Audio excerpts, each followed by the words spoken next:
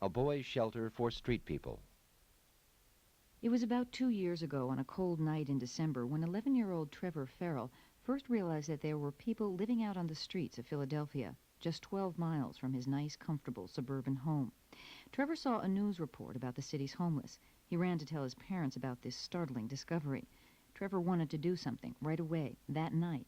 He wanted his mother and father to take him into the city so he could help someone. His amazed parents resisted the idea at first, but then relented, thinking it would be a good lesson for their impressionable son.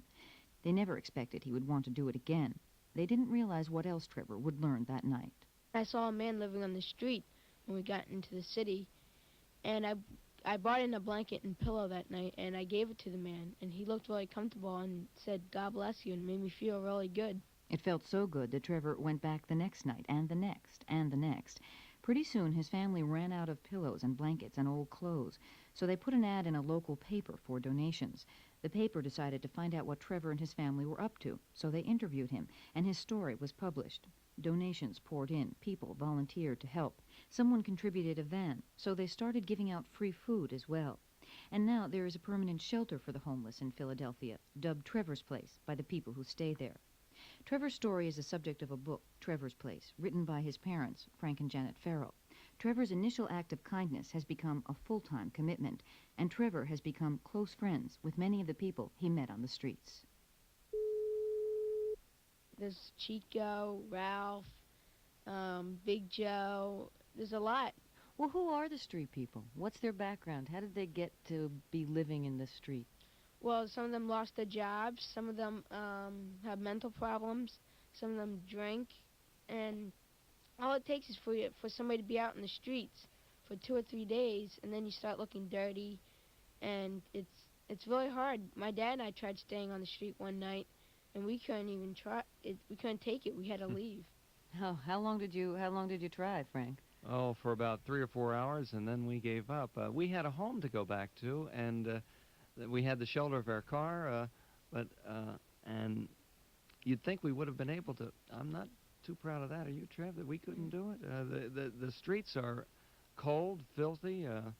How cold was it, Trev? It was about Not 30. that cold. No, it was about 38 degrees or something, and I thought, well, that's not going to be so bad. Well, it was so bad, and we had sleeping bags with us, and we thought, well, we'd be able to stand it, but the sidewalk's awfully hard.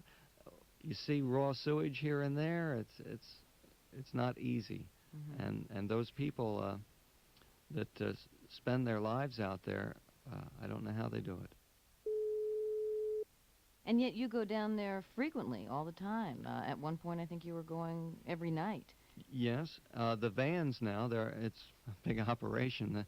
The vans go in every night serving homeless people food that's generously donated by fast food chains, and there are volunteer coordinators of the effort, individual families. There are over 100 families in the Philadelphia area that cook on a regular basis, and food is taken in and given freely, unconditionally to people that are on the streets and obviously have a need for someone, so much more of a need for the caring that's exchanged than really the food, I guess.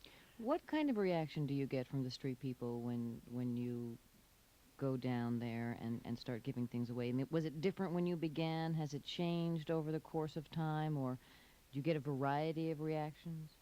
We get a lot of different reactions. A lot of them, they're all good, though. Like, they all accept the food and nice. Some of them might not accept the food, but after a while, we'll wear them down. They'll accept the food. What do you mean wear them down? Like, they'll say no, but every night we'd ask them, they'd say okay. And Yeah, eventually they say yeah. And initially, most of them say yes because it's a youngster that's offering it to them and not someone towering over them and looking down on them and saying, what are you doing out here? You ought to get a job. Kids they're not judgmental, and they're not threatening. They're just doing it because of a heartfelt need to want to reach out to somebody. Trevor, this must have changed your life completely. Yeah, well, I'm allowed, but I'm not able to play with my friends as much and have as much fun as I used to But it's all worth it, helping the homeless people on the streets and seeing how grateful they are. Well, how has it changed you? Well, I know that I've learned that people may look scary, but they're really nice, and to treat people not just because of what they look like or anything. So you were scared when you first went down there. The first night, yes, but now I know there's nothing to be afraid of. Trevor Farrell and his father, Frank Farrell, who, along with Trevor's mother, Janet, and with the help of Edward Waken, has written a book about his son's campaign for the homeless called Trevor's Place. Proceeds from the book are being donated to Trevor's campaign.